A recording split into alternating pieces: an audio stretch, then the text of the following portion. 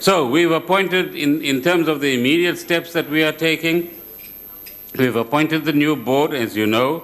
We've instructed the board to commence a new process for the appointment of a CEO and CFO. And once the CEO is in place, he or she has to assess what kind of team there is around this person and take responsibility for compiling and putting in place a competent management team that will ensure that the turnaround strategy is effectively implemented.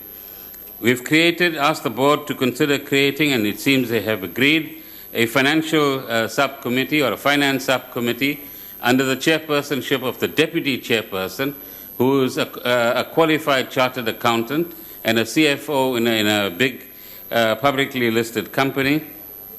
And part of what we've offered as well, as you know, is the going concern guarantee of 4.7 billion rand so that the annual financial statements can be concluded. But that guarantee comes with a number of conditions that various honourable members have talked about.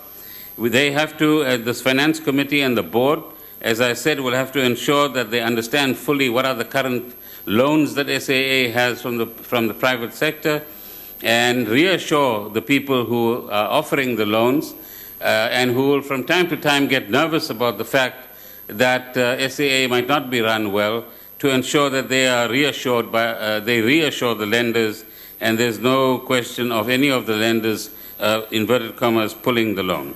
They must finalize the 14-15 and 15-16 annual financial statements. Some of them are due in Parliament on the 15th of September, and they must make arrangements for those financial statements to be presented to Parliament itself. They must initiate a process of cost containment, so that where there are excess costs and unwarranted costs, those costs must be brought under control. As I said, they need to make arrangements for financing of the 4.5 billion rands that comes up for payment between the end of September and January 2017, and excuse me, and ensure that as far as the Hong Kong authorities are concerned, that the annual financial statements that they require are provided to Hong Kong. Honourable Swart called the Hong Kong route a lucrative route. I'm afraid it isn't. Many of the long routes that the SAA travels are in fact neither lucrative nor profitable. And so that's one of the challenges that the airline has in recrafting its strategy. So the Hong Kong route at the moment is a loss maker, in fact.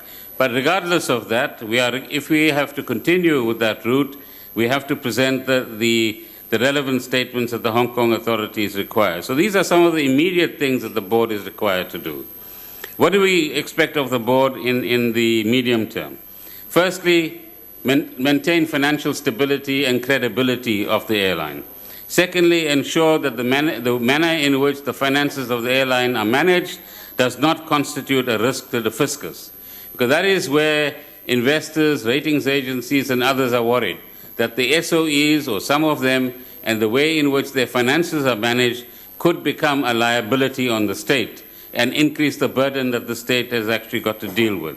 Secondly, ensure that the right corporate governance practices are both introduced and complied with. So non-executive directors, people who do not hold a full-time position within SAA, must not in any way interfere with the day-to-day operations of SAA. They might or might not have happened in the past. I'll leave the guess to you.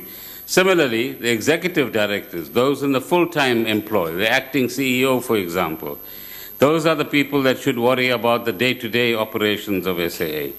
Secondly, as part of corporate governance, make sure that they operate in terms of the laws of the country and the constitution of the country.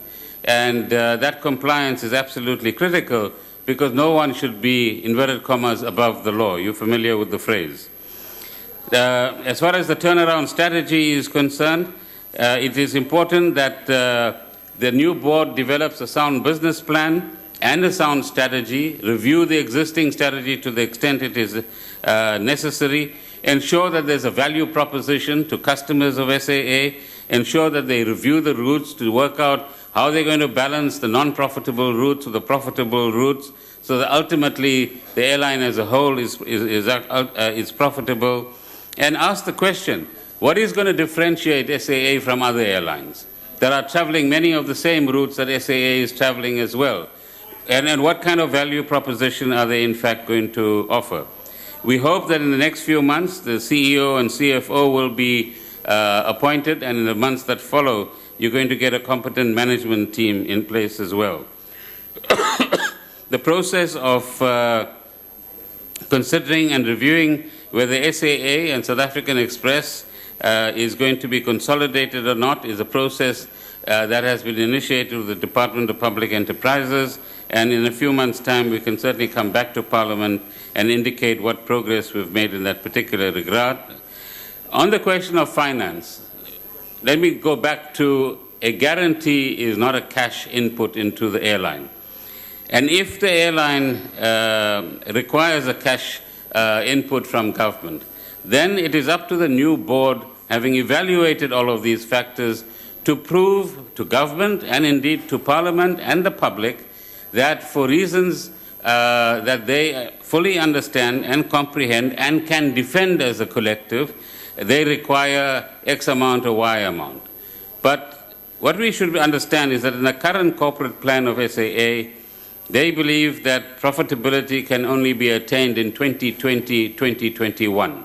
And this date has been moving, so to speak, with each corporate plan. And the board must take responsibility for setting a very clear target date for returning the airline to profitability. Ultimately, what all of us want is an accountable board, an accountable airline, and one that is able to return itself to profitability.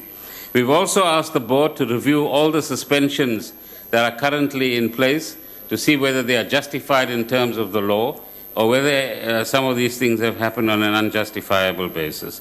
Lastly, on the question of privatization, I know there are some honourable members who think that privatization is a solution to many of the problems that we have. And whilst on the one hand we appeal to ourselves not to be ideological, we become distinctly ideological when we talk about privatization as the only way forward.